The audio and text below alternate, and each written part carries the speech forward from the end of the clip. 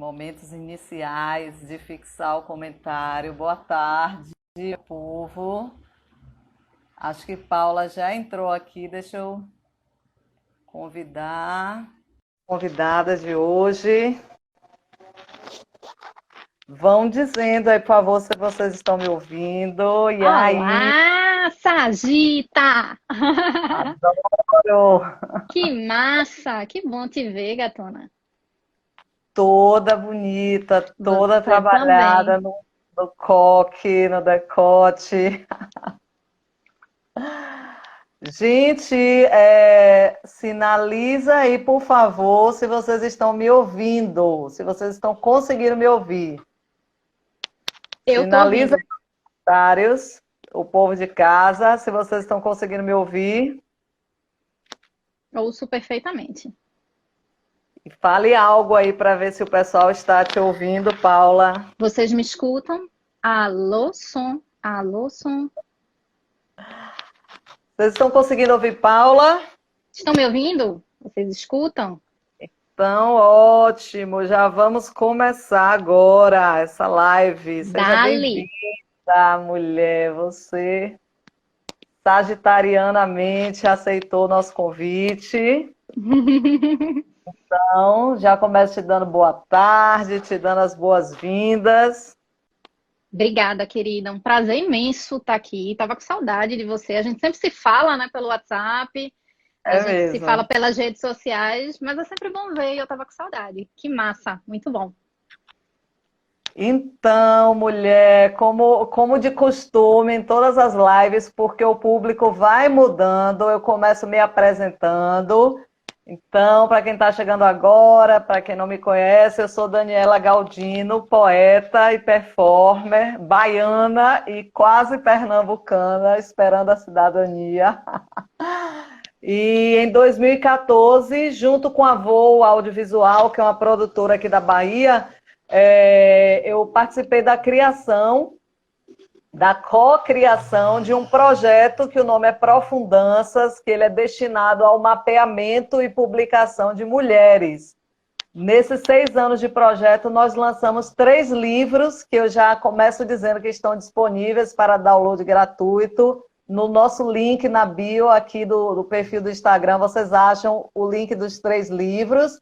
E publicamos 51 mulheres, dessas 51, 49 são nordestinas, a maioria é inédita, era inédita na época da participação. E dentre todas essas mulheres maravilhosas, escritoras que participaram do nosso projeto até então, Paula Santana, que é a nossa convidada de hoje, está no livro 3, ela vai se apresentar. Mas a gente nessa live passa por várias cidades e hoje a gente está em Serra Talhada, no sertão do Pajeú. Então eu começo agradecendo a Paula pelo convite, ao público e agradecendo também todas as pessoas que estão fortalecendo Profundanças nesses 6 anos, né? Eu falei das 51 escritoras, mas nós temos a participação de 55 fotógrafos, né? São pessoas que entram na nossa onda a cada 2 anos e ajudam a gente a montar essas antologias que ficam disponíveis para download gratuito. Então, começo agradecendo a galera da colaboração, o público, as escritoras e a produtora Voo Audiovisual. Então, Paula, seu boa tarde e diga para o povo que está assistindo quem é Paula Santana. Eita, gota, já começa com uma pergunta difícil. Obrigada, querida. Boa tarde a todos. Já estou vendo um bocado de gente do Sertão do Pajeú entrando. O povo do meu tempo do Recife também. Fico feliz de rever todo mundo por aqui. E fico feliz também, muito contente com esse espaço que Profundanças forja, né? Profundanças, para além de um livro, é ativismo, né? Tem um bocado de coisa acontecendo. E nesse momento tão crítico, que a gente anda tão angustiado, com tanto medo, a morte rondando, é fundamental um espaço sensível, um espaço crítico, reflexivo e, sobretudo, criativo, para a gente pensar sobre o mundo ao nosso redor. Eu acho que as grandes questões pós-pandêmicas vão começar a ser formuladas agora, nesse momento. Eu pude acompanhar algumas das lives de Profundanças, não todas como eu gostaria, porque a gente está trabalhando, e eu acho que todo mundo que está em casa trabalhando sabe que o home office está pegando geral, é dureza, é difícil. cansa mentalmente e muitas vezes a gente não consegue dar conta de todas essas atividades. Eu deveria estar numa reunião do sindicato agora, inclusive, mas eu tinha marcado o primeiro contigo e, claro, o compromisso de Profundanças é compromisso aceito e ratificado. E é com muito prazer que eu estou aqui hoje, tendo a oportunidade de falar um pouco sobre a minha literatura, que é algo que vem ganhando forma com o tempo. E Profundanças, de alguma maneira, é a força encantada imperativa sobre a minha vida, dizendo, é esse o projeto para tu participar como livro, como autora, aparecendo para o mundo depois de tantos anos de ineditismo, e anos de ineditismo ideológico, né? Uma coisa que eu sempre gosto de frisar. Eu cresci no movimento punk quando era adolescente, no Recife, né, na contracultura, e aprendi muito sobre feminismo ali, com bandas de mulheres, Bikini Kill, bulimia, TPM, a base, a gênese do movimento Girl Power, né, do que a gente entende hoje sobre força de mulheres, talvez tenha sido sedimentada ali no começo dos anos 90. E uma das formas de ir na contramão da cultura hegemônica era a produção de fanzines, né? Os fanzines tratavam de temas de política e de literatura também. E aí eu produzia muitos fanzines com as minhas parceiras do movimento punk no Recife, todas nós vindas da periferia, né, dos bairros suburbanos da cidade, vivendo em meio à desigualdade social severa, com o pé na lama. Eu sempre costumo dizer, eu cresci com o pé na lama. Eu só vim morar num bairro com rua calçada em 2013, quando eu vim morar aqui em Serra Talhada. Então, de alguma maneira, eu vivi em meio desse processo todo e eu não queria fazer parte da construção canônica, masculinista, né, fortemente alicerçada dentro das lógicas do patriarcado. Eu não queria entrar em contato com o editor homem, né, eu não queria ter que ouvir um não de um homem, sabendo o que é que estava por trás disso. Então, eu fui criando outras formas de produzir, de fazer literatura, de continuar escrevendo, e de repente eu me vi sendo reconhecida como escritora, apesar de nunca ter publicado um livro de literatura. E a gente até conversou esses dias, você comentou, eu sei que livros acadêmicos você já fez, mas de literatura não. E os livros acadêmicos, inclusive, foram nessa contramão também, né? Eu cresci no movimento punk, no Recife, querendo falar sobre as desigualdades sociais, contestar um sistema vigente, hegemônico, e aí fui estudar ciências sociais, que para mim era a melhor forma de tentar entender esse mundo de onde eu vinha e, de alguma maneira, propor efetivamente políticas públicas, né, oferecer formas de resolução das questões sociais, para além das militâncias múltiplas nas quais eu já me meti no decorrer da vida. E a escrita acadêmica também me incomodava. Então, eu sempre procurava romper um pouco as normas da BNT, né, com os modelos de artigo científico, escrevendo ensaios. E aí, de repente, no meio da graduação, eu comecei a trabalhar com povos tradicionais, comunidades indígenas, quilombolas, mulheres rurais, mais adiante com povos periféricos dos centros urbanos, que também estavam muito alinhados dentro de culturas tradicionais, mulheres rezadeiras, né, religiões de matriz africana, enfim. Fui imersa por esse universo social que, de alguma maneira, também produzia formas poéticas, mas que não estavam escritas em livro. Né? A literatura oral muito forte, né? A maneira de reproduzir o conhecimento, passando de mãe para filha. E aí eu fui incorporando isso no meu fazer acadêmico também. Então, de repente, no meio de uma etnografia que tem um método, né, muito forte, muito bem definido, aparecia um poema. E aí eu ousava meter isso nos trabalhos acadêmicos, ousei fazer isso no meu mestrado, no meu doutorado, e ainda assim fui incorporada. E aí eu descobri um caminho que é muito interessante, né, que é estar dentro do sistema para implodi-lo de dentro. Isso foi massa. E de alguma maneira aconteceu também com a literatura. Eu cheguei, né, no doutorado para estudar literaturas produzidas em África, em contextos periféricos da Argentina e do Brasil. E quando eu vou me deparar com a literatura argentina, eu descubro um modo de produzir livro que é o antilivro, que é a literatura cartoneira. São livros feitos com capa de papelão, muitas vezes escritos à mão, né, impressos ali naquela fotocopiadora manual, que fica com aquele cheirinho de álcool, que a gente lembra, né, lá de trás, um mimeógrafo. E era um esforço de integrar mulheres à cadeia produtiva no auge, né, da crise argentina de 2001. Né? Muitas mulheres pobres foram à miséria e passaram para a rua catar papelão para ganhar algum dinheiro. E aí um grupo de escritores, de designers argentinos começou a fomentar essa forma de produção para integrar essas mulheres à cadeia de produção dentro de uma lógica de economia solidária. Então, muitas vezes, haviam autores ali referendados pela crítica, pelo cânone, mas o livro não parecia ser tão interessante porque era um livro de papelão, vendido mais barato, né, dentro de outras lógicas. E isso me comoveu profundamente. Diga, essa é a forma de não só inserir as mulheres na cadeia de produção do livro, mas também no fazer literário. E aí muitas dessas mulheres começaram a produzir seus próprios poemas, a publicar seus livros, e muita coisa foi acontecendo a partir daí. Eu entro na universidade para pesquisar literatura cartoneira, acabo me envolvendo fortemente com isso. E no Sertão do Pajeú, onde a gente sempre cria um palco, constrói um palco para dizer poesia, eu acabei sendo fortemente acolhida por esse povo daqui e sempre sendo convocada para dizer poesia também. E aí, de repente, eu passo a ser reconhecida como escritora, apesar de nunca ter publicado um livro com ISBN e que eu pudesse sair por aí assinando e dando autógrafos. Então, mesmo, né, de maneira muito espontânea, na contramão, eu consegui, de alguma maneira, me fazer escritora e me reconhecer escritora, mesmo tentando, burlando todas as formas de produção hegemônicas. Paula, você falou uma coisa assim importantíssima, né? E eu vou pedir para você já pensar num poema para você falar. Que é a questão de que, às vezes não, a lógica do mercado editorial e a lógica do campo literário é a seguinte: se você não tem um livro publicado por uma editora, você não é escritora. Exatamente. Mas é algo que a gente sempre problematiza em Profundanças. O fato de você não ter um livro com seu nome na capa não quer dizer que você não é escritora, que você não é poeta. Você está aí no Sertão do Pajeú e é a região onde eu mais vi, eu vou falar só das mulheres, mulheres poetas não alfabetizadas, de todas as andanças que eu fiz até hoje. E não foram poucas, essa região aí me chamou a atenção por isso. Então, atrelar a condição de ser poeta a ter um livro publicado por uma grande editora é uma lógica excludente, né? Aí eu queria fazer logo uma provocação a você.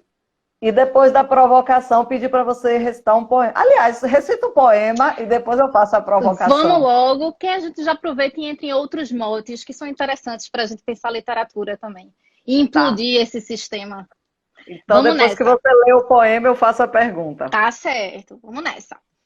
O rio de águas escuras é um caminho.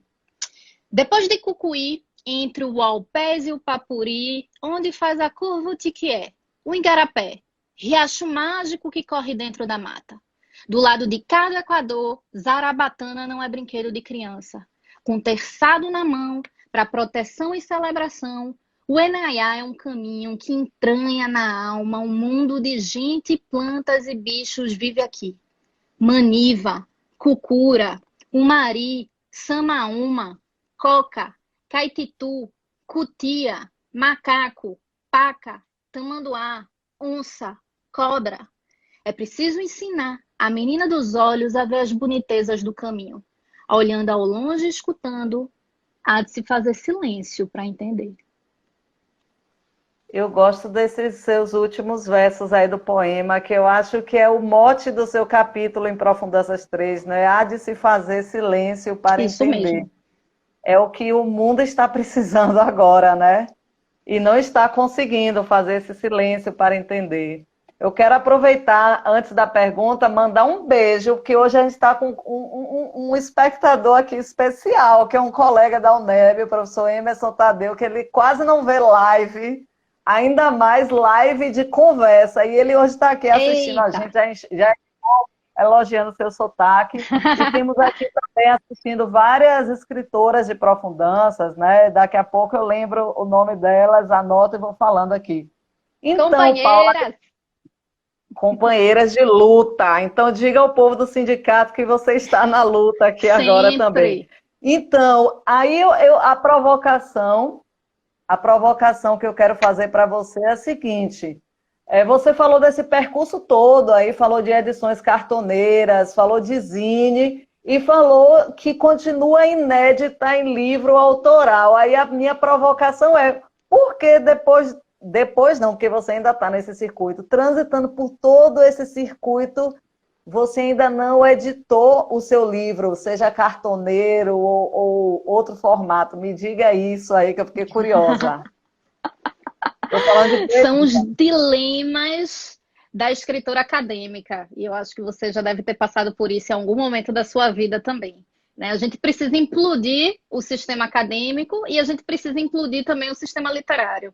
E aí, trabalhar nessas duas frentes de luta não é fácil, cansa, desgasta.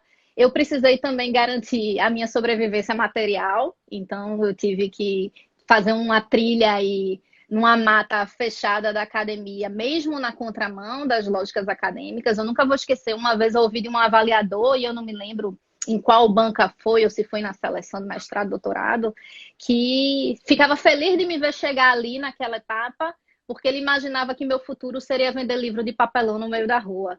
Então, a gente vê, né, a força imperiosa do preconceito, da incapacidade de compreender como as lógicas são construídas, como as estruturas sólidas são sedimentadas. E eu respondi para ele que, na verdade, a minha grande alegria seria poder viver disso, né, vendendo meus livros no meio da rua, né, e rompendo com todas as amarras do que é certo, do que é errado, do que é fazer literatura, do que é ter um livro de verdade.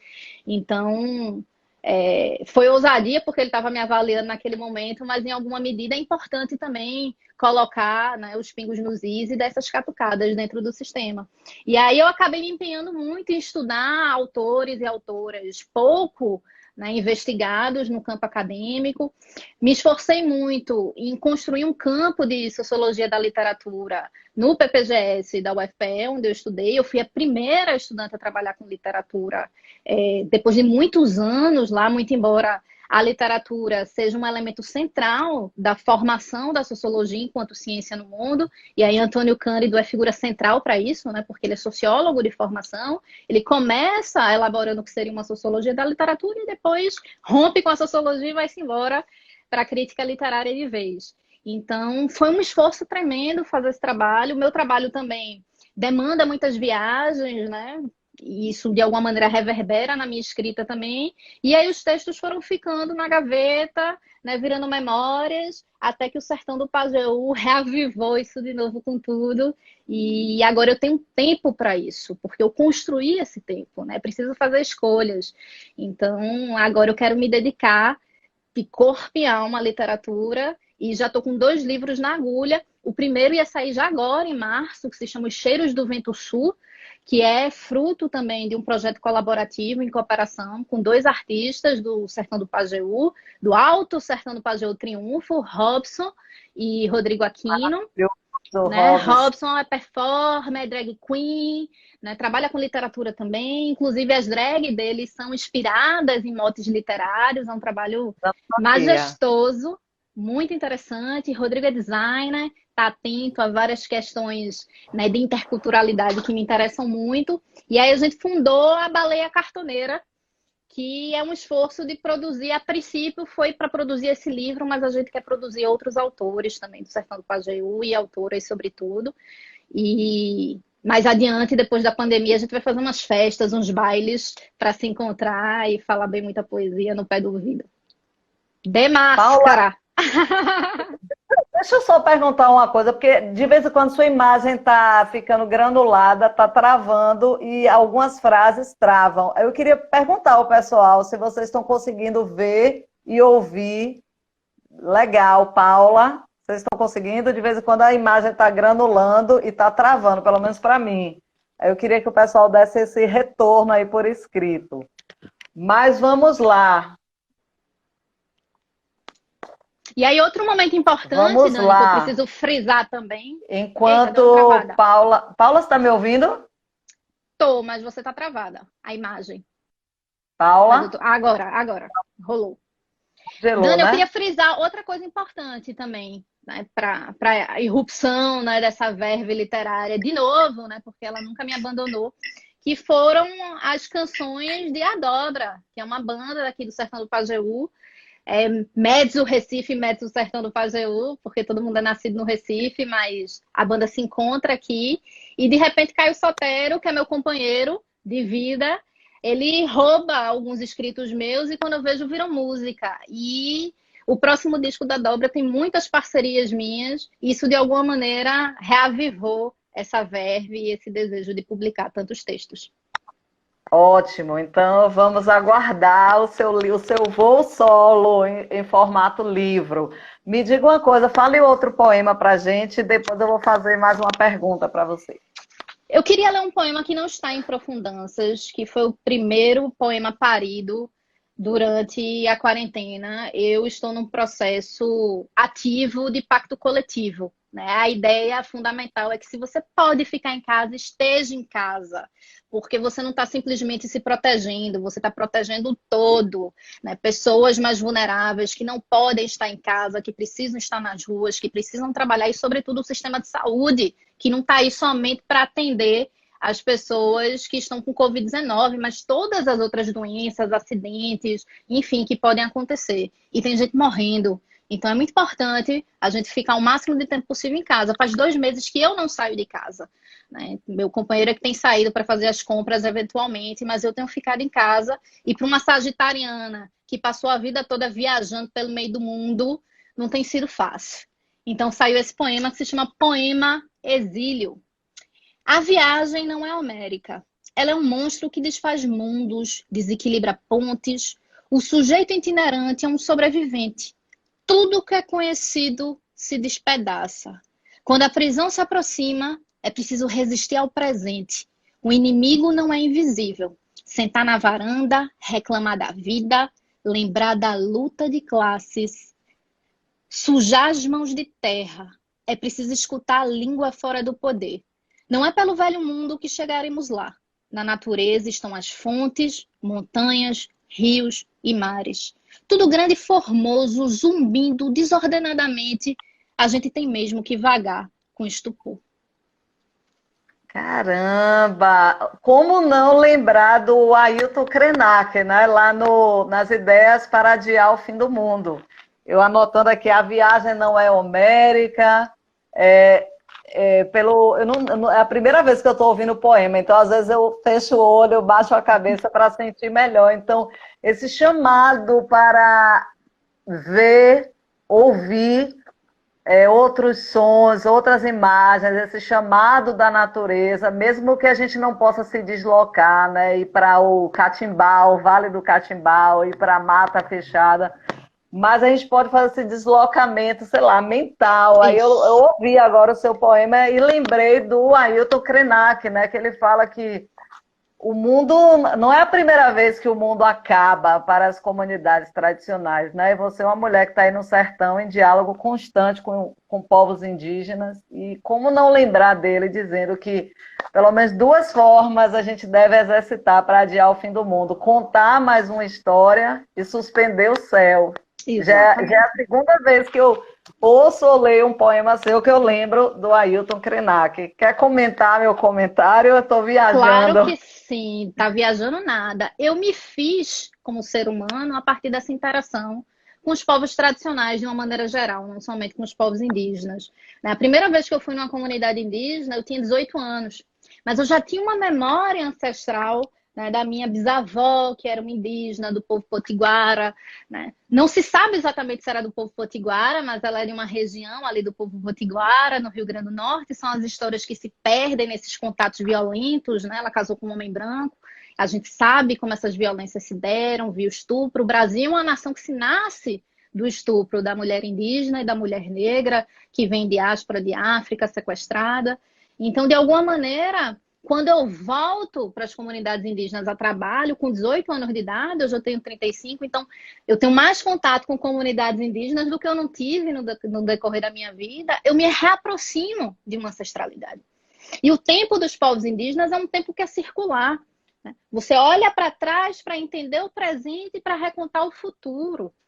Então é preciso que a gente, de alguma maneira, enquanto povos não indígenas vivendo sob a terra, comece a fazer as pazes com o passado, né? Esse é um exercício fundamental. Estamos aqui hoje, no meio desse caos, com pessoas no meio da rua pedindo intervenção militar, né? Pedindo invasão do STF, pedindo AI-5.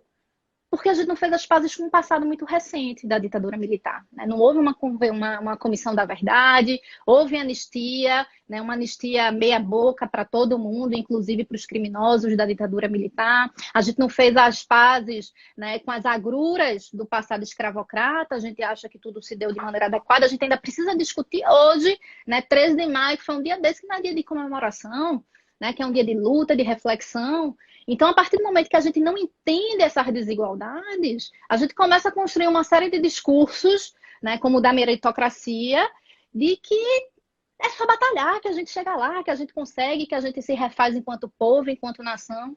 E os povos indígenas me ensinaram isso, que é preciso olhar para trás, é preciso conhecer o passado, né, é preciso, de alguma maneira, estudar esse passado e recontá-lo mais adiante. E quando eu estou falando de estudar, eu não estou falando de disciplina acadêmica, não. Eu estou falando do avô que conta uma história da qual ele viveu, de violência, de luta, de morte pela epidemia, como aconteceu com os povos indígenas até muito recentemente. A epidemia de sarampo matou muito nos anos 80. Né? A epidemia de H1N1 matou muito em 2009. Então, quando um avô reconta essa história, o neto ele consegue, né, criar estratégias de luta, de resistência. Então, quando eu entro em contato de novo com as populações indígenas, eu posso reencontrar o meu próprio passado, as minhas ancestralidades que vão se perdendo, né? Meu pai é um homem negro e a gente não sabe, né, de qual povo vem suas heranças. Será que é Banto? Será que é Balanta? Será que é Congo? A gente não sabe. A gente só sabe que foram escravizados em algum momento da história do Brasil. Né? A gente não sabe a nossa ancestralidade não negra e não indígena. Né? A gente não sabe se a família veio de Portugal, veio da Espanha. Não sabemos. Tudo isso está perdido. Né? A única coisa que a gente sabe é que tem um sobrenome, que é o sobrenome da maioria dos brasileiros, que é o Silva, né? Então, de alguma maneira, o não recontar essas histórias do passado cria uma dissociação. E aí a gente não se compromete, a gente não dá as mãos, né? A gente não entende qual é a luta dos povos indígenas por terra, porque terra é vida. A gente não entende, né, que a epidemia hoje que a gente está vivendo tem raça, etnicidade, classe social, gênero. Como aconteceu no Ebola em África, mais mulheres morreram, mais mulheres rurais morreram. E por que isso se dá? Né? A partir do momento que a gente não compreende essas dinâmicas, obviamente a gente não tem capacidade de reação. E aí os povos indígenas eles só estão aqui hoje, e aí eu remonto isso a todos os povos tradicionais, ribeirinhos, quilombolas, caiçaras, só estão aqui hoje porque vivem olhando para trás para traçar o futuro. E aí eu tive a chance de refazer as pazes com a natureza. Em algum momento da minha vida eu tinha medo de bicho, né? Criança urbana, eu tinha medo, eu vi uma esperança, eu tinha medo, eu vi uma víbora, eu tinha medo. E aí, de repente, em contato, em articulação com as populações indígenas, eu comecei a fazer as pazes de novo com a natureza. Né? Eu até comentei uma vez com você, lembra? A cobra é minha amiga, a cobra é minha mestra. Né? Eu já tive uma chance de segurar uma cobra nas minhas mãos, que estava na natureza, que ia me picar. Né? Então, tem uma série de questões aí que vão se articulando e que a gente vai conseguindo entender qual é o nosso lugar no mundo. E quando eu faço as pazes com a natureza, eu também já sei o que é fazer com o meu lixo em casa. É prático, é conhecimento prático, sabe? Eu já sei que eu posso separar, né, vidro, que eu posso separar plástico, que eu posso separar matéria orgânica, que eu posso fazer comida para as minhas plantas com a casca da banana, com a casca do mamão que eu comi em casa, né? Bater tudo no liquidificador. Vou dar uma dica. Bate as cascas de fruta com água no liquidificador e joga no vaso das plantas. Elas gostam, elas se retroalimentam. Ô, Paula, deixa eu te fazer uma pergunta aqui que chegou do público e depois dessa resposta eu queria que você falasse outro poema seu. Antes da pergunta, quero falar para o pessoal, porque tem muita gente entrando na live agora, que hoje eu, Daniela Galdino, poeta, curadora de Profundanças, estou conversando com Paula Santana, que está em Serra Talhada, lá no sertão do Pajeú, em Pernambuco. E aí eu queria pedir que, enquanto eu faço essa pergunta e Paula responde, que vocês escrevessem nos comentários a cidade e o estado onde vocês estão agora vendo a gente, porque eu sempre gosto de saber onde a live está chegando. Então escrevam aí nos comentários o nome da cidade, o estado, o país, o planeta onde vocês estão agora. Então, chegou uma pergunta aqui do público, e quem quiser pode também escrever outra pergunta que eu leio na estante. Eu queria que você já emendasse a resposta com um poema seu. É que a pessoa que fez essa pergunta, que foi a Elis, que é nossa assessora de comunicação, ela disse que percebeu que os seus poemas têm uma veia política. E aí ela pergunta como você entende a mulher enquanto ser reflexivo no mundo.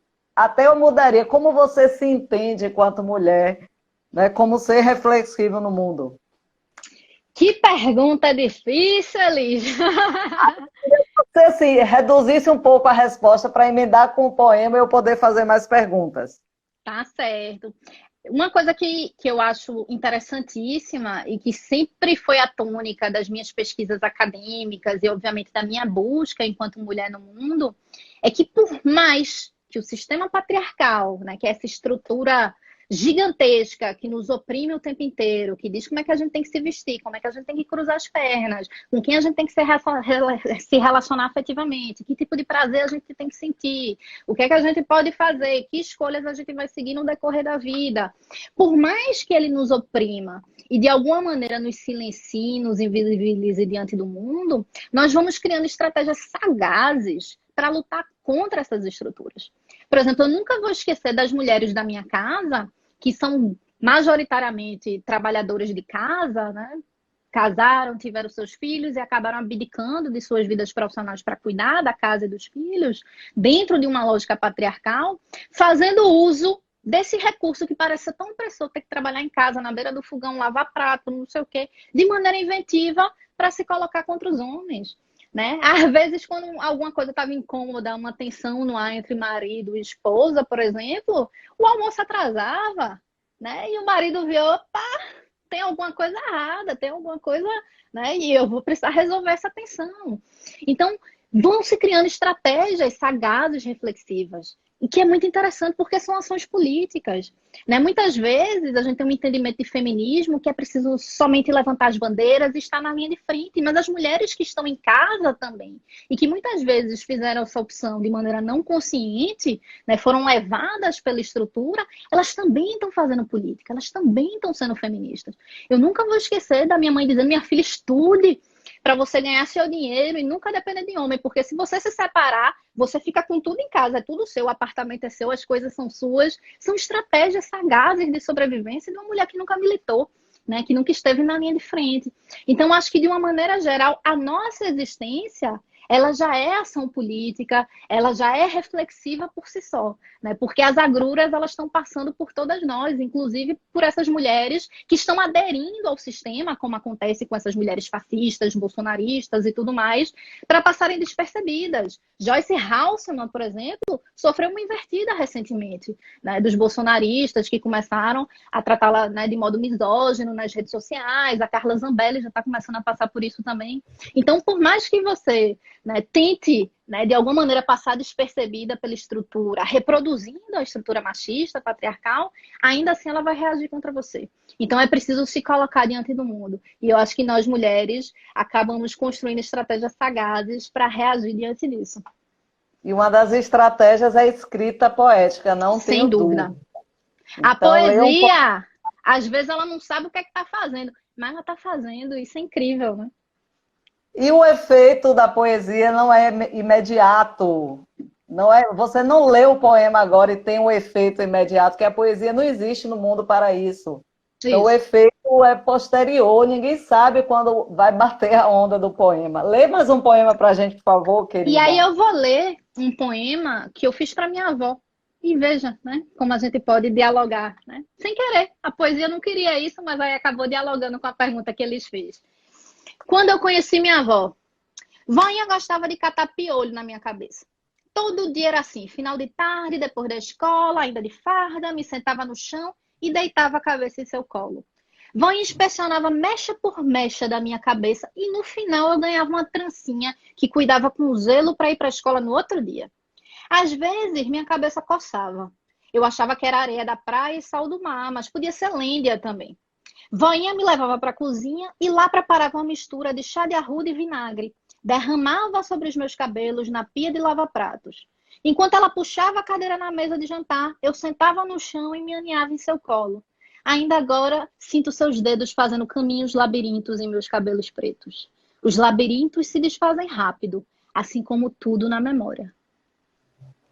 Ai, minha gente, que coisa linda, né? E gratidão por esse poema, fiquei emocionada agora ao ouvir.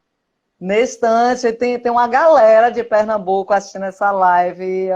Eu sou suspeita para falar. Tem gente na região metropolitana, o Pajeú aí tá bombando nessa live. Depois eu vou falar as cidades nas quais o pessoal está assistindo a gente. Mas eu queria te perguntar uma coisa. Você começou a live dizendo que você é do Recife, né? Mas eu costumo dizer que você é do Recife de nascimento e criação, e de recriação, você é do Pajeú. Ó, que ousadia falando você é. No Pajeú, como boa sagitariana, né, a senhorita não se restringe à sala de aula na universidade, se é que isso é se restringir. Eu também sou professora da universidade. Mas eu sei que aí no Pajeú você compõe um coletivo cultural, que é o coletivo Mangaio.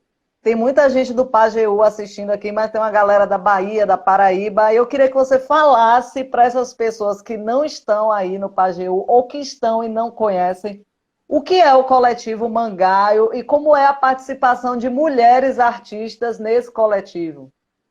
Interessante isso, Dani, porque a emergência, né, das ações coletivas, dos movimentos sociais nos últimos anos é um negócio absurdo, né? Eu costumo escutar as pessoas dizendo, não, mas o brasileiro ele não reage, né? Nós somos acomodados. Pelo contrário, né? A juventude está se mobilizando e fazendo um bocado de coisa.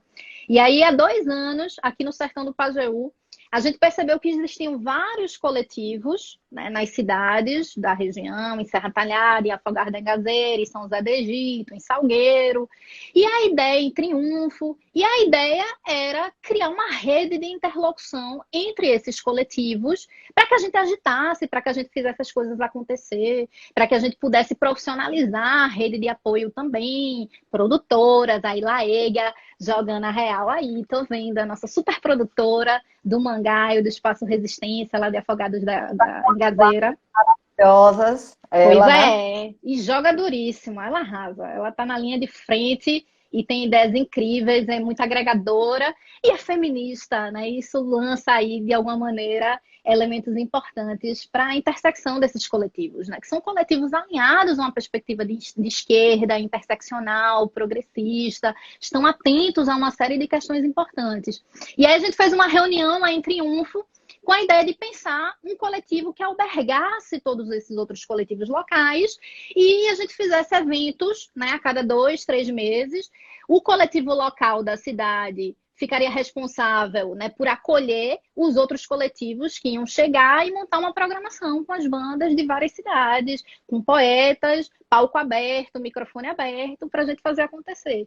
E é um espaço maravilhoso para a gente agregar, para a gente se juntar, conversar, né? Os bares locais também se posicionam politicamente, apoiam as empreitadas da gente e vão surgindo, né, elementos muitas vezes que vão na contramão das políticas culturais locais, né, que muitas vezes estão alicerçadas em lógicas ainda muito institucionalizadas, né? E agora a gente pensa com mais independência, cobrando também do poder público, porque é importante, o Estado ele precisa responder às cenas alternativas que vão se conformando, mas ao mesmo tempo tentando trilhar caminhos de contestação de maneira autônoma. E aí eu queria aproveitar para frisar as escritoras que a gente tem no Coletivo Mangaio, que são muitas, não são poucas, não. Eu vou citar aqui algumas que se colocam no mundo como escritoras, que produzem bastante poesia, mas no final das contas, todo mundo que está envolvido com música aqui na região, de alguma maneira, escreve também. E aí eu queria falar de Mariane Alves, maravilhosa,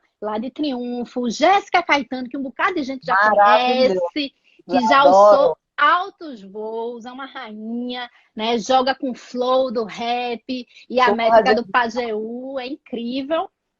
É Bruna Forri, Thaís, Carla Adriele, Tainara Queiroz, essas duas últimas de Afogados da Engazeira. E aí eu recomendo vocês que procurem, né, o Coletivo Pantin, o Coletivo Espaço e Resistência, o Coletivo Berro de Serra Talhada, né, o Coletivo Marginal de São José do Egito, aí nas redes sociais, que vocês vão ter a chance de conhecer esse povo todinho. Mariane Alves tem um livro massa que se chama Poetisa na Rotina. Procurem, leiam. Ela é maravilhosa, incrível. Tem muita mulher massa, jovem, fazendo poesia no Sertão do Pajeú. Paula, eu tô aqui assim, rindo, porque é uma empolgação para falar do Pajeú. Eu tô rindo porque eu tô me vendo na sua empolgação. Gente, para quem não conhece o Sertão do Pajeú, vocês vão achar vários vídeos, documentários, reportagens no YouTube. Realmente é uma terra onde a poesia brota. Mas eu, de maneira ousada, eu vou anualmente ao Pajeú, mas não sou pajeus... É pajeuzense? Não sei, eu sou pajeuzeira, eu digo. Eu sinto falta das mulheres em alguns espaços de visibilidade. Estou falando aqui com a ousadia danada, porque eu não sou pernambucana, não sou do Pajeú, sou uma mulher que tem as andanças. Então, eu agradeço muito por você citar esses nomes.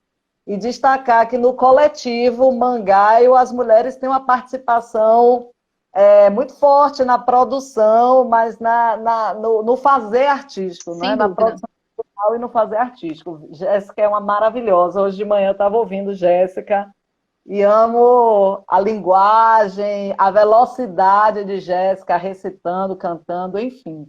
Mas vamos lá, lê mais um poema seu, mulher, para nós, que o povo aqui está elogiando o seu sotaque.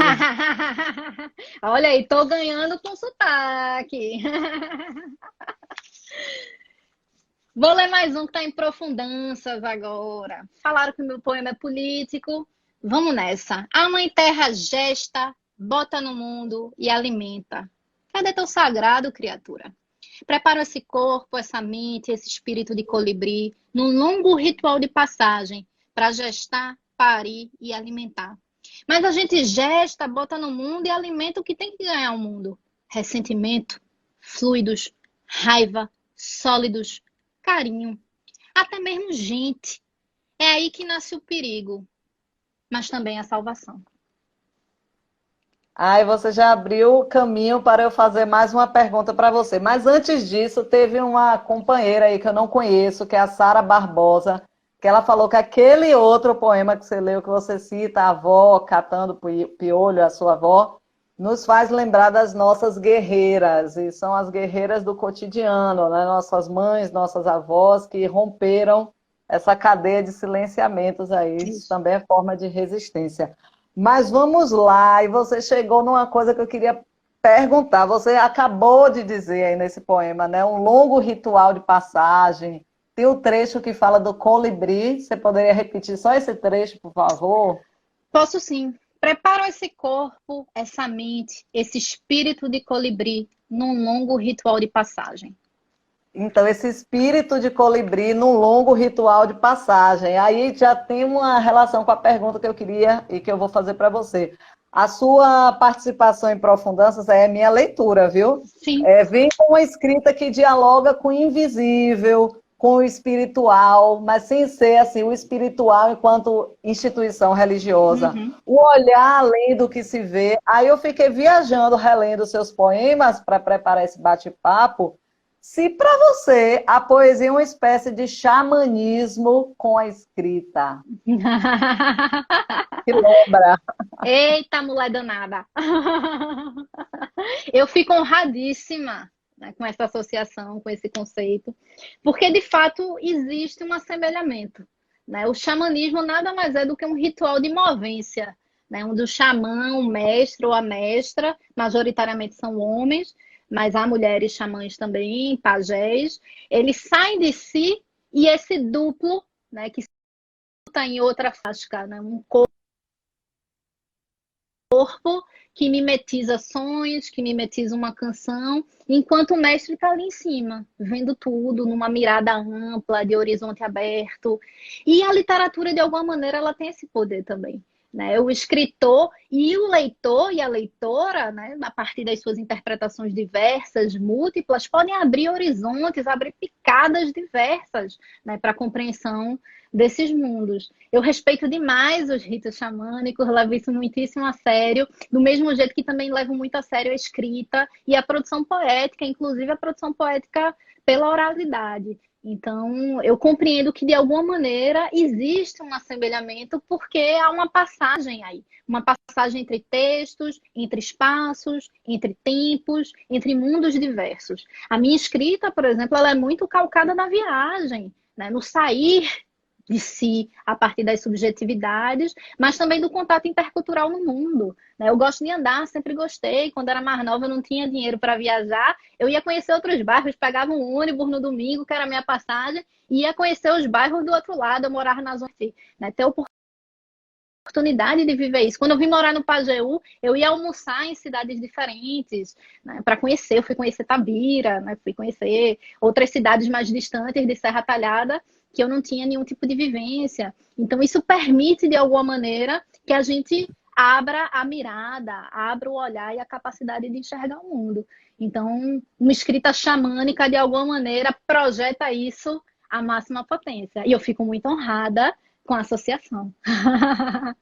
Esse seu relato, né, na juventude, saindo no ônibus, no coletivo de domingo, meia passagem para conhecer outros bairros, isso já era uma viagem, né, para uma jovem, uma Sem dúvida. adolescente Sagita, o deslocamento já é uma viagem, já é uma E me aventura. rende muito, assim, eu tenho muito orgulho de conhecer o Recife, a região metropolitana, né, os bairros periféricos de Olinda, de Jaboatão dos Guararapes, né, os morros, os altos do Recife. Eu fico muito feliz porque eu sou uma cientista social, né, e ter estado nesses lugares, ter pisado com o pé lá, ter sentado para tomar uma cachaça com tripa, de alguma maneira possibilita que eu enxergue o mundo de maneira mais ampla, né? Hoje, vendo a pandemia no Recife, eu entendo o que está acontecendo, né? Eu sei porque a linha do Tiro, Vasco da Gama e Putinga, né, estão sofrendo mais com a pandemia. Então, isso abre a capacidade da gente de compreender o mundo. E isso é das Isso, mãos. Você lembra de Ailton Krenak, ele fala disso. A circulação é das mãos, a gente precisa das mãos. e quando você fala dessas áreas aí, lá do Recife, são áreas que já são constantemente esquecidas pelo poder Sim. público. Não podemos não podemos esquecer. Por isso que nesse momento de pandemia são áreas mais afetadas, onde não tem água encanada todos os dias, toda hora.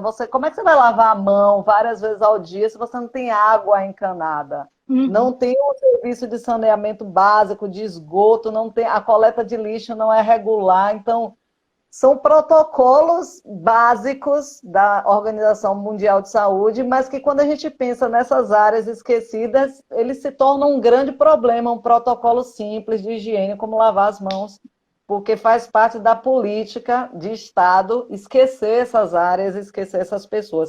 Que é Mas uma deixa eu política genocida, né? A ideia é essa: vamos matar os pobres, vamos matar os pretos, os indígenas, os povos tradicionais e as mulheres. Então, aí chegou outra pergunta aqui da Paloma Alcântara. Paloma é uma espectadora assídua nas nossas lives e que eu conheci nas lives. Ela é lá da Paraíba. E vou fazer a pergunta. E, aliás, antes, deixa eu ler as cidades, que eu ia perguntar e ler as cidades, mas aí vai confundir você. Então, hoje o Pajeú está em peso aqui assistindo a nossa live. Tem uma galera de Triunfo, de Serra Talhada, de Afogados da Engazeira, deixa eu ir falando aqui. Aí tem o pessoal de Recife, de Olinda, de Aldeia de Camaragibe, que são cidades pernambucanas, para quem não conhece, que estão em outra região. Teve uma pessoa que fez questão de dizer que está no Alto do Moura, em Caruaru. Estou no Alto do Moura, em Caruaru. Tem a galera de Garanhuns, tem muita gente que repetiu aí Triunfo, Serra Talhada, Afogados. E tem a galera aqui da Bahia também, né? De Itacaré, de Cachoeira, de Ilhéus, de Ituaçu, de Itabuna, Vitória da Conquista, Salvador, Brumado. E tem a galera da Paraíba, né? De João Pessoa e Princesa Isabel. E também uma galera de uma cidade daí que eu não conheço, que é Santa Cruz da Baixa Grande. Uma Da cidade daí. Baixa Verde. Desculpa, veja, porque Baixa Grande é aqui na Bahia. Mas vamos lá, que a gente está nos 10 minutos finais da live. E aí eu vou fazer a pergunta da Paloma, que como a poesia, no seu poder de linguagem, pode contribuir com a saúde das pessoas neste momento de isolamento social? O que é que a poesia pode fazer pela nossa saúde? Aí você aproveita e já emenda com um poema, assim. Pode fazer um bocado de coisa, Paloma. Uma das experiências mais fortes que eu vivi quando vim morar aqui em Serra Talhada foi para uma mesa de glosa e ver um bocado de gente assistindo. Né? Em Recife, isso não era comum, né? Quando tinha festival de poesia, festival de literatura, era aquele público seleto, conformado basicamente de estudantes de letra, estudantes de ciências humanas, de filosofia, de sociologia, né? E dos próprios escritores. E aí, de repente, eu vou ver uma mesa de glosa aqui em Serra Talhada, que é um negócio que eu admiro e respeito demais. Eu não sei se vocês repararam, mas a minha poesia, ela não rima. E ela não rima porque eu acho difícil demais rimar. Eu até faço uns exercícios de métrica, mas é uma bela de uma arte. E aí, nesses meus esforços de dissidência, de subversão, eu digo, eu vou criar uma outra forma de dar sonoridade para o texto, e aí eu vou encontrando a sonoridade, né, ali, na combinação, né, dos fonemas e tal, mas não é uma rima metrificada. E aí, quando eu chego aqui na mesa de glosa, tem um bocado de gente assistindo. Eu lembro que eu comecei a contar, tinha umas 80 pessoas. Gente, que plateia é essa para ver poesia, para ver mesa de glosa? E aí, esses dias, me chegou um vídeo, né, com vários poetas aqui do Sertão do Pajeú, né, lançaram um mote pedindo pro povo ficar em casa, né, porque a pandemia é séria, o negócio é sério. E aí tinha Dedé Monteiro, né, um bocado de gente conhecida aqui da região, o Henrique Brandão, daqui de Serra Talhada, né? Francisca também, né? Tinha um bocado de gente dizendo que era para ficar em casa, né? Então a poesia ela pode sim chegar às pessoas. Aqui se lê muito cordel também, no Recife, no subúrbio também se lê bastante cordel. Então de repente, né, criar uma profusão desses textos, né, para que as pessoas acessem e entendam melhor, né, a gravidade da situação, é um modo de chegar. E a poesia também, né, numa outra senda crítica, reflexiva, ela pode, de alguma maneira, apontar caminhos para o futuro. Né? Eu estou vendo muitos textos incisivos nesse momento de quarentena, críticos, né, dessa necropolítica perversa que a gente está vivendo, e eu acho que tem muito material aí para pesquisa, para análise no futuro. E eu vejo um bocado de gente dizendo como é que os historiadores vão explicar o que é está acontecendo, né? Como é que os cientistas políticos, os sociólogos vão dizer do futuro.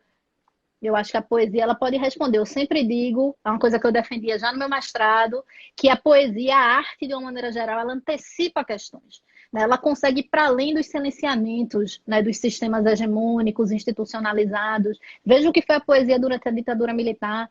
Veja o que é a poesia hoje, nesse momento que a gente está vivendo. Veja essas lives sobre poesia que estão acontecendo. Né? A gente não pode se encontrar, mas a gente está se encontrando de alguma maneira, comprimindo o tempo e espaço. Né? Então, de alguma maneira, a gente está plantando uma semente aí para entender no futuro o que é que está acontecendo agora. Paula, eu vou pedir para você falar mais um poema. A partir de agora eu vou ser mais coordenativa, porque nós estamos nos 7 minutos finais. Adoro o número 7. Falar um poema seu. Não vou mais fazer pergunta, porque agora só dá para fazer as considerações e os recados aí para o povo. Então, vamos lá, poesia. Água e fogo. No Alto Sertão do Pajeú, eu encontrei uma xamã-maia. Ela me ensina sobre a yoga e sobre a força da Kundalini. Eu saio desses encontros com os chakras e o coração em paz. Quando terminei o rodopio em torno do sol, a mestra me preparou um temascal. Água e fogo, pedra e vapor, peixes e sagitário. De dentro da barriga da minha mãe eu escutei o grande espírito. Senti cheiro de alecrim, tomilho e cidreira. Recebi um abraço quente da beira do rio Joaperi. A cutia passou de relance e sumiu na floresta. Eu vi, senti e escutei a consagração dos seres. No tempo circular, as ancestrais, eu e minhas filhas, ali eu estava pronta. Evoé, Arro, Eparrei, Namastê. Mulher, realmente, eu acho que eu não estava numa lombra, não, quando eu falei para você que é um xamanismo com a escrita, porque você falou do sair de si, né? E nesse poema você ouviu de dentro da barriga da sua mãe, mas também conversa com suas filhas, que ainda não vieram ao mundo, né?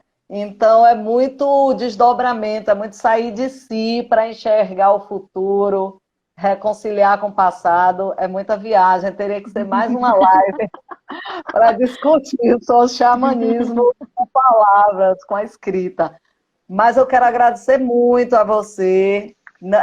Temos alguns minutinhos, mas antes das considerações finais, eu quero convidar o pessoal que está assistindo para acessar o link que tem na nossa bio aqui do perfil de Profundanças. Clicando nesse link, vocês vão achar 3 antologias literárias e fotográficas de Profundanças. Nossos livros estão na internet para download gratuito, porque nós somos uma guerrilha literária e queremos implodir as estruturas do mercado editorial, que é excludente.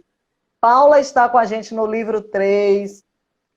E a cada livro nós buscamos expressar essa diversidade de mulheres negras, mulheres trans, mulheres urbanas, mulheres rurais, e a cada livro a gente vai aumentando as possibilidades de diálogo entre essas diferenças. A outra coisa é anunciar na live de agora que na próxima semana nós vamos encerrar essa primeira temporada de lives.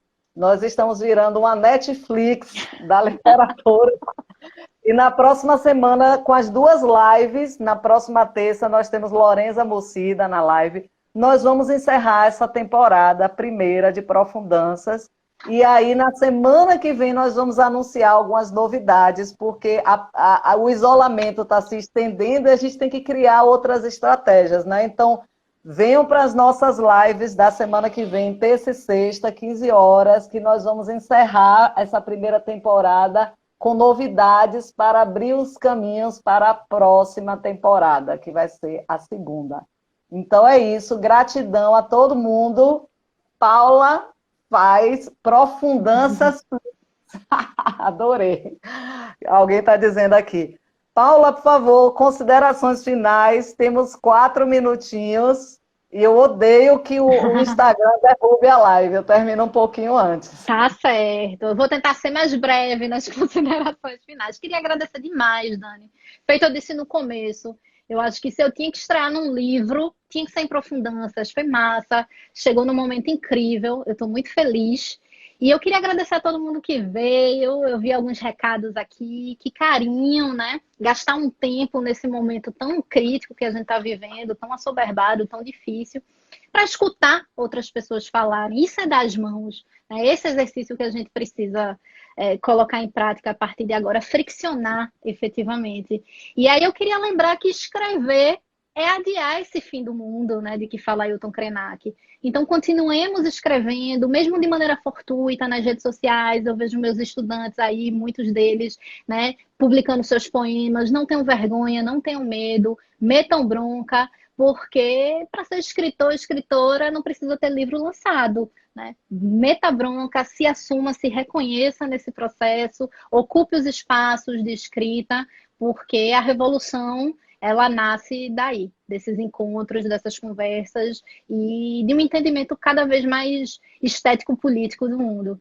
Né? Foi um prazer imenso estar aqui. Queria mais uma vez relembrar vocês, se puderem, fiquem em casa o máximo que puderem, cuide dos mais velhos, cuide das pessoas que têm doenças associadas, usem máscara, lavem um bocado as mãos, lava a feira quando chegar em casa, se cuidem para a gente passar dessa, tá certo? Porque a situação já está crítica e querem a morte da gente, mas a gente precisa resistir para dançar, para rir, para se divertir, para tomar uma mais tarde, que isso incomoda eles um bocado.